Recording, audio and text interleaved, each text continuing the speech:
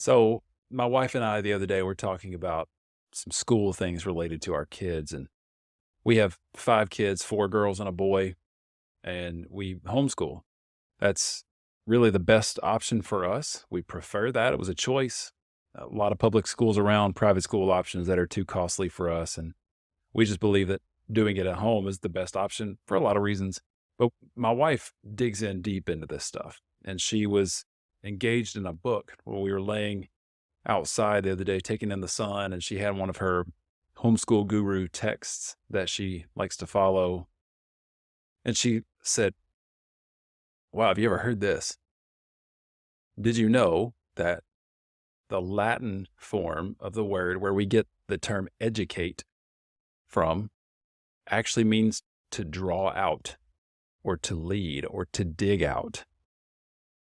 And I was like, "What? I've never heard that before." Because usually education is like this pouring into. We think of it as like a cup that we're trying to fill up. And teaching, we're trying to, especially in a professional school, we're trying to teach people a trade and pour knowledge and pour skills and pour everything we know into some sort of accurate version and knowledge and demonstration and practice of this skill. So the idea of drawing out or leading in education, that was completely flipped the idea of what education to me is and was.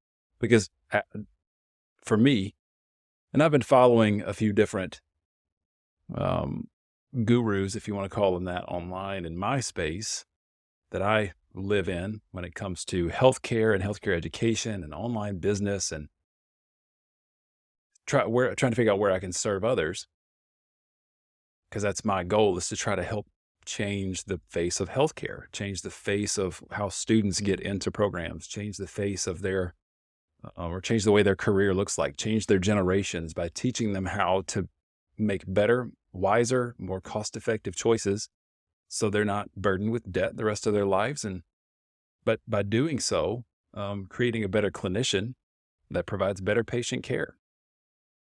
The research shows that higher debt levels is actually negatively affecting patient care. That's a problem for healthcare. That's a problem for clinicians. That's a problem for students, and it's a problem for generations to come. We all know that. The more debt, it's just carried on for years and years and years, and some people die with it, and then families left with it, or they can't pay for their kids' college. It's a big problem. And so I want to pour into people and transform their lives and transform them in different ways. It's like transformation before you even get to the goal. Oh, it's these these online business people. They say what you want to sell is transformation. Okay, that's true, but how do you sell transformation for something that's almost preventative? And if education is the curation, this is what I learned from one of these folks, and I love it. I love the saying. Education is the curation of information for transformation. I heard that and I was like, that's it. I'm done. That's amazing.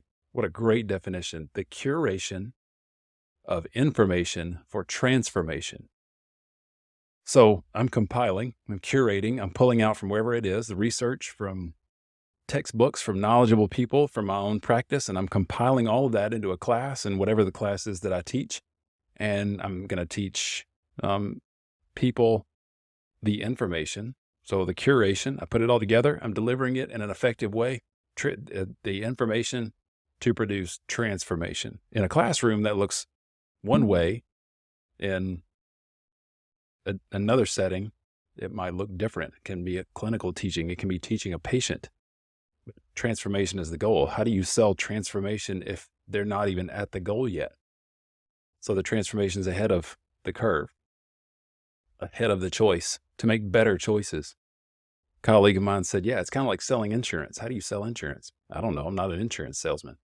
But it made me think of something that I saw yesterday, and it was an article about plastic surgery and the transformation of plastic surgery and how it truly changed this one particular celebrity that I was reading about, and people were just blasting this female singer on social media because of the transformation. She looked nothing like herself. She looked, I would not even have even been able to tell it was her if it hadn't said in the article, this is this person, and listen, look at the pushback she's getting. And it made me think, wow, okay, so if education is supposed to be transformation, is this transformation?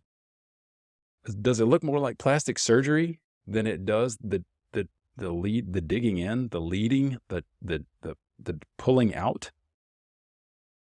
So that's what we're going to talk about today, is the idea of pulling out or leading or digging out in education, and how that impacts the mindset of students that are going off to college, that are trying to find a career, that they're looking for their place, and what the mindset is of education today, because I think it's misguided.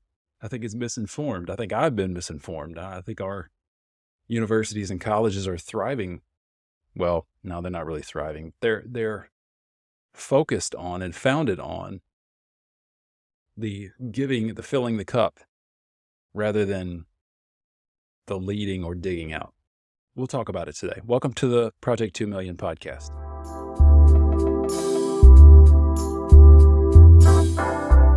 So this social media post was on this, I found it on this singer. Actually, it was a news article on Yahoo. Sometimes I'll go to Yahoo and just see what they decide to talk about. Usually there's something political and I can figure out what's going on with the economy. And usually it's a dumpster fire, but I'll engage it sometimes and it will lead me to somewhere else that actually has high value. But I couldn't help but notice the picture of this person, because it was a singer that I used to follow when I was a kid, or at least knew of, would absolutely recognize, until it showed this picture of her plastic surgery.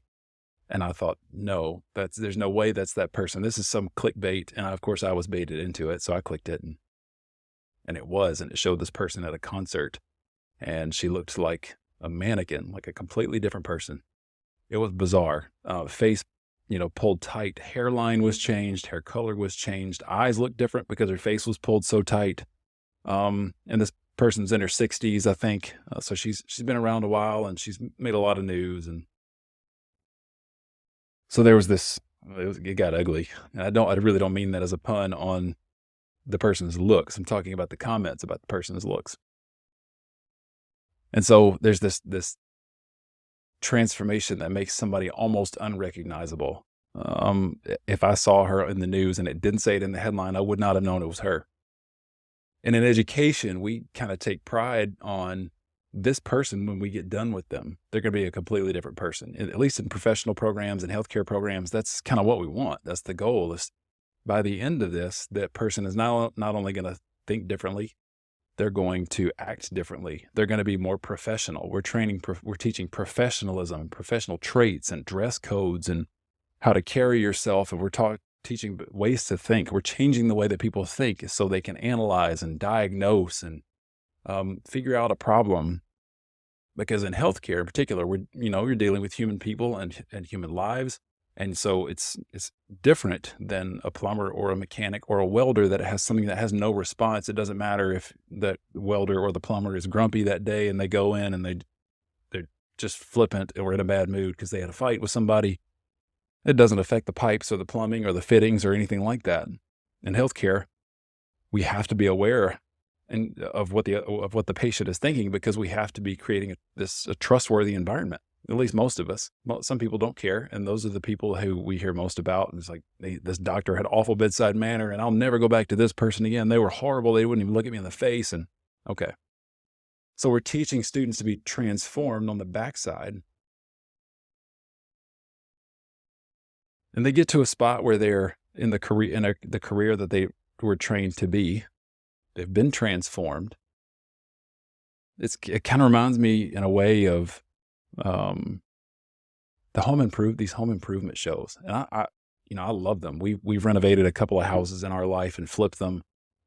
It's incredibly fun to me. It's really messy, and it's a total learning process. One house that we redid was an 1885 build, a historic home in Georgia. The other one was a 1960s ranch. And so they're both built just so differently, lots of different stuff. but you transform it. And some of these home improvement shows that they do, and you hear horror stories on the back end. Like I think it was Extreme Home Makeover was one of these where they completely redid the outside of the house and the facade and the elevation, and redid the inside of the house, and then come to find out that some of it wasn't even put up well. It wasn't even done well. It was kind of a fake transformation. It wasn't to code. They have redone all of this, created this massive house for this family who didn't have anything. And then all of a sudden the family gets in and they can't pay the taxes on it. So they have this transformation that they were so excited about. They knew, hey, when Ty Pennington shows up at my house, that means, wow, I'm about to be on TV. And I'm, as if they don't know it already, I'm going to be on TV. And this means something big is about to happen in my house. Or I'm about to have my first house. But they're not really thinking about, okay, well, man, I'm going to have to clean all this. How am I going to get all my kids to help me clean all this? If I got multiple kids, that thing is one more thing to get broken. How much are property taxes on this 5,000 square foot house in North Texas? How much is that going to cost me? Wait, what?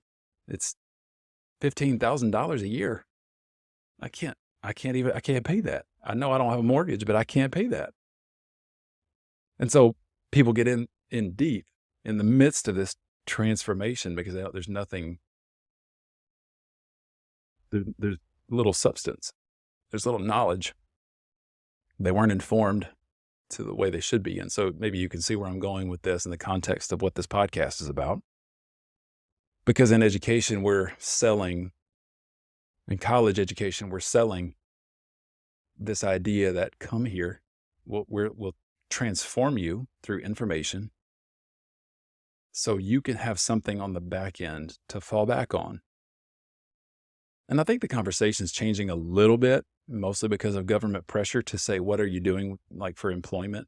We're providing financial aid to students, and you got graduates, but the employment rate is actually declining because a bachelor's degree is just not getting people a lot of places nowadays. And so universities are having to keep up, and community colleges are stepping in, and we're creating more technical degrees, and healthcare professions are developing just dozens of programs a year in different professions, probably even hundreds, to try to meet the growing healthcare needs and the needs that are coming up from the aging population. And so we're promising this transformation, and we sell it in that it's elitist, not to be elitist, but that it is elite. It's prestigious. You can be an RN. You can do your RN to MSN here. Come here, get your degree in architecture, and this is where you'll be. Here's the salary. And the number to somebody who's never really had a job, or who worked at a boutique, or worked food delivery like me, working at Domino's Pizza during college, it looks great. Makes $70,000 a year. Being whatever, I'm not sure what an architect's salary it is. I think it's more than $70,000. But makes $70,000 a year. Come here, and students and families are like, sweet, let's do it. Successful. That's money. I can get my kid out of my house. This will be great. It's going to be amazing. And so let's go here. They'll teach you to be this. They'll make you be this architect. They're going to do plastic surgery on you, basically, because you'll come out looking possibly nothing like you did before. So what's the problem? If the point of for me as an educator, and for all of my colleagues as educators, is to have students, to have them in programs that are successful, to meet retention and graduation rates once we let them in, that the accrediting bodies, which blah, blah, blah. I know I'm not going to bore you with accreditation, but they say you got to graduate and you got to employ this many people, or we're going to have a problem with that. We might put you on probation. We might withdraw your accreditation. So you got to have your T's crossed and your I's dotted. And so we're bringing in students to do this, to transform them without informing them and without digging in, without digging out, maybe I should say, without teasing out, without leading to. So we might be leading them to a profession by giving them information. That's true. But is it all the information they need? And are they a fit for that? Do they even know? Has anybody given students the heads up on, yep, okay, by the way, you're going to get this job, you're going to graduate, you're going to pass this board exam, this licensure exam. If you're in healthcare, these are all over the place. Licensure is like this level of protection for clinicians basically to be good enough to be in the public practicing. Okay. If you're not, then they withdraw your license, and some board or some committee somewhere has decided these are the standards that you have to pass this test to practice. You pass, you practice. But we haven't really dug in to what we're teasing out or pulling out. So when I'm usually in a classroom, and especially if it's my first time with a class, I will always ask, almost always, I got to get to know my class. So who are you? Tell me some names. What are your interests? How many of you in here want to do this for a living? And so I practice in PT and have taught in PT. And that's my thing. And so there's different settings in PT, just like there are in a lot of healthcare professions. And so I'll say, yep, cool. Who wants to do this? Why do you want to do that? Who wants to do geriatrics? That's my thing. I work with old people, and there's always like one, maybe two hands, because everybody else just, wants to go into sports and athletics, and that's just it. Some people really like little kids and want to get into pediatrics, and, everybody has their thing, but it helps me understand like, what's your why? What are you here for? But nobody has dug in or led them to, or led them through whatever their real goals are, and what's their why. What are their gifts? What have people told them? You're really good at this. What do they recognize is you're really good at this? Because there could very easily be a healthcare clinician, let's say an occupational therapist. And this is true for a lot of professions where creativity is required. Occupational therapists are amazing and prosthetists and orthotists, people that assemble artificial limbs and assistive devices, they can create almost, it seems like anything out of, I've got some yarn and string and a piece of plastic. Well, figure it out. I'm going to make a splint for your leg, for your hand, for your wrist, for a finger, for whatever, your hip. It's amazing. So they can be really good artists at home, but they love the practice of occupational therapy. Just because they love art doesn't mean they just have to go to school for art or just be in a studio throwing paint around. That's not the point.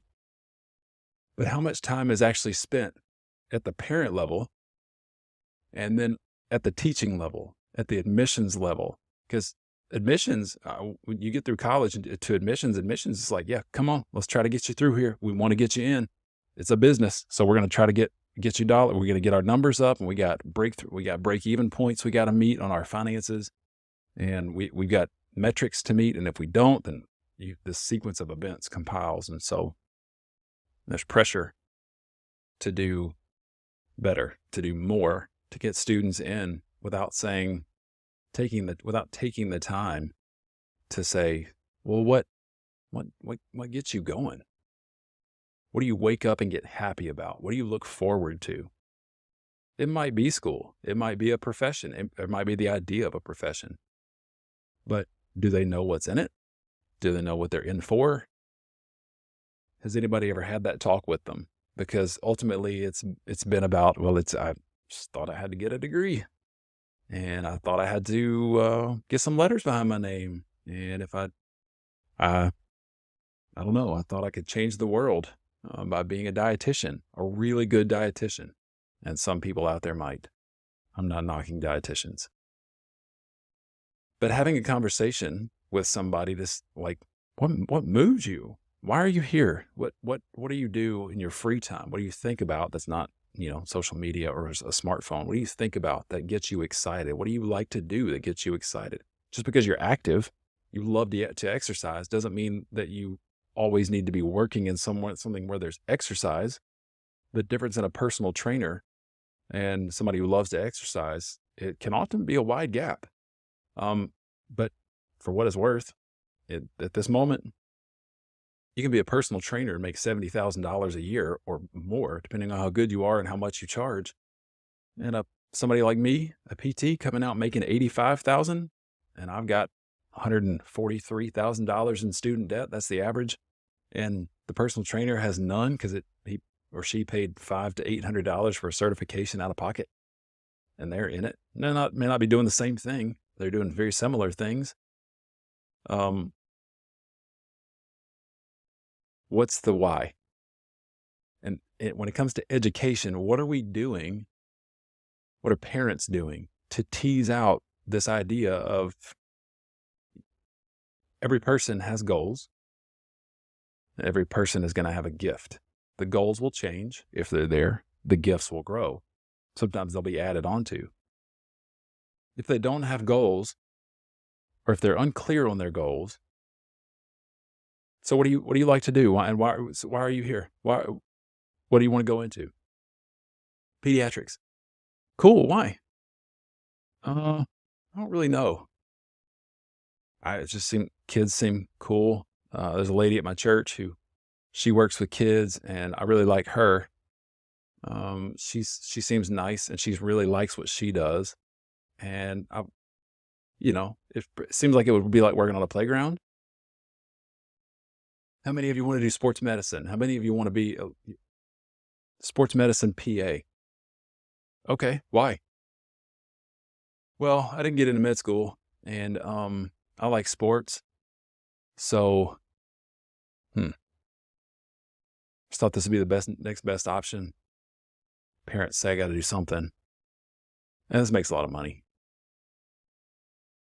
Can you hear it? Can you hear the students? I can't even tell you how many admissions interviews I have sat on where we try to probe a little bit, and you can tell the students that just aren't ready. They've canned an answer that they read somewhere online to certain questions to say, well, this is my mission and this is why I'm here.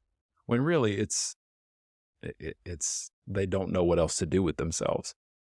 And that's where we've done a poor job as a family, educators too, but as a family, we've done a poor job in teasing it out, in educating to say along the way. And this is, again, part of why we choose to homeschool. I'm not pushing that on anybody. Not everybody should do that. Not everybody can do that. We choose to, and we make it work. But so we can have a conversation along the way. So what do you like about this? What do you enjoy about it? What do you not like about it? At some points, my oldest ones, they love flowers. They love plants. They love planting. They love being outside. They love animals. They love saving animals. In fact, yesterday they were out at the lake, the pond next to us, saving tadpoles in a cooler, because there was a drainage issue with the pond. There's a giant, enormous pump next door, and so it's been pumping out water. And they want to save the tadpoles because they know that if tadpoles grow to frogs eat the mosquitoes, and if they eat the mosquitoes, that means they're thriving, but it also means that we have less mosquitoes. So we get to be outside more. And so they're putting this all together, and that's their why. But we're having conversations along the way. What do you like? What do you not like? I don't like decorating cake. I like eating cake, but I don't like decorating it. I like doing the first layer, the base layer of icing, but decorating it is too messy. I don't have steady hands. I get frustrated, whatever. Okay, cool. We'll circle back around to that later, maybe. What do you like? What's another thing you like? I really like taking pictures. Why? Because it's beautiful. There's so much beauty around. I like to capture it. Okay, awesome. How do we get there? If that's still there in a year, 6 months, 7 years, whatever it is, we're having the conversation along the way is the point. Doesn't mean we have it right in our family. That's just how we do it. That's part of our education. Maybe families should be doing the same. Dinner table.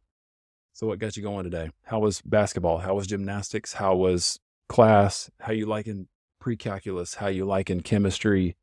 I read your paper. It was amazing.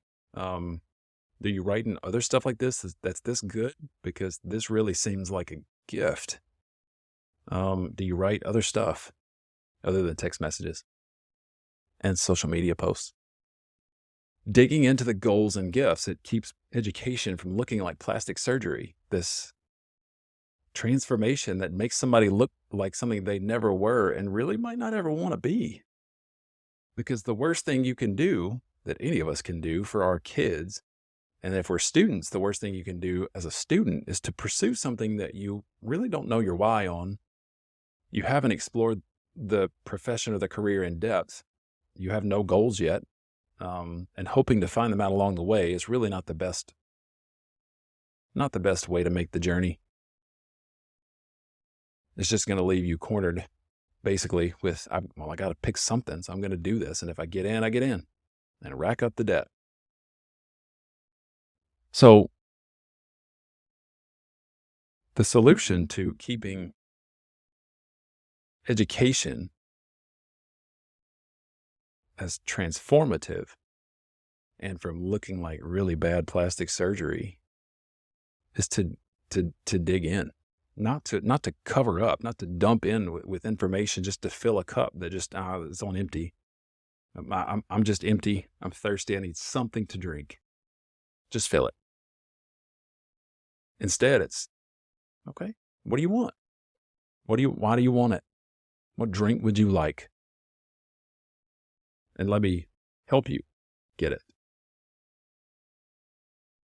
Or even seeing us as parents, as families, as educators set goals. This is where I want to be. This is what I don't want to be. I don't want to be poor. I don't want to be college poor. Is there house poor? There's house poor. I don't want to be college poor, career poor, because I didn't look at the cost, and I didn't realize the payments, and I didn't realize that nobody was helping me, and I didn't realize I couldn't get a scholarship, and I didn't realize that this grant program didn't cover this profession. And I really thought my employer was pay for it because I hear there's a lot of that, but I didn't really do my due diligence. Have the conversations. If you're a student, have the conversation with your mom and dad or somebody who cares about you and knows you, with a friend. Hey, what are you doing? What are you thinking? Are you going to go to college? I don't even know why I'd go at this point. Maybe yeah, I'm going to go. This is what I want to do, and this is my why. How'd you get to your why? Well, through this, and this. Or, hey, Dad, why are you an attorney? What do you like about it? What do you not like about it? Mom, why are you a marketing guru? Why do you manage a bank? Do you like it? Is that your goal? What happened along the way? What mistakes happened? Don't have the plastic surgery. Don't go for transformation, not knowing what the end is going to look like. So that's how education can look like plastic surgery.